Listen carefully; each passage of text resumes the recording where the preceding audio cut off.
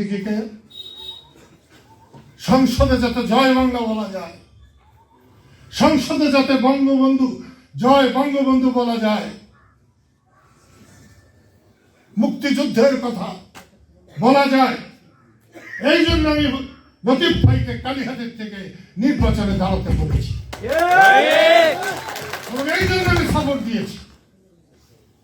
এতে আমার রাজনীতি থাকবে না থাকবে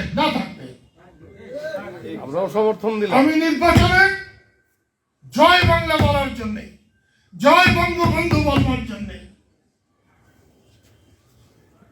আমি কালীহাটের প্রচারে আমি দলীয়ভাবে সাপোর্ট করেছি।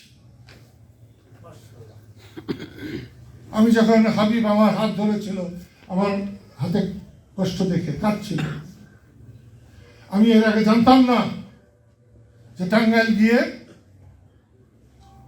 হাবিবের লোকজনকে মারধর করেছে। হাবিব বিএনপি করতে পারে, রাজনীতি করার তার অধিকার আছে, কিন্তু তাকে কেন মারার অধিকার নাই। তাই আমি হাবিবের ঘর থেকে যখন আমি নেমে আসি, তখন আমি সিদ্ধান্ত নিয়ে এসেছি, তোমাদের সাপোর্ট পেলে সেটা ভালো হবে, না পেলে আমি এই আহমদ আজমের বিরুদ্ধে সখীপুর বাসায় নেই আমি নির্বাচনী প্রচার করব।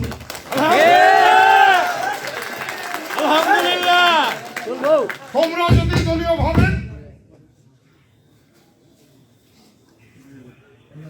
আহমদ আজম এখানে নির্বাচনে উঠলে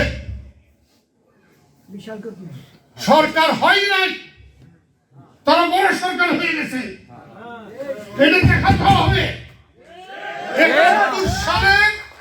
71 সালে আমরা যে একতা অর্জন করেছিলাম,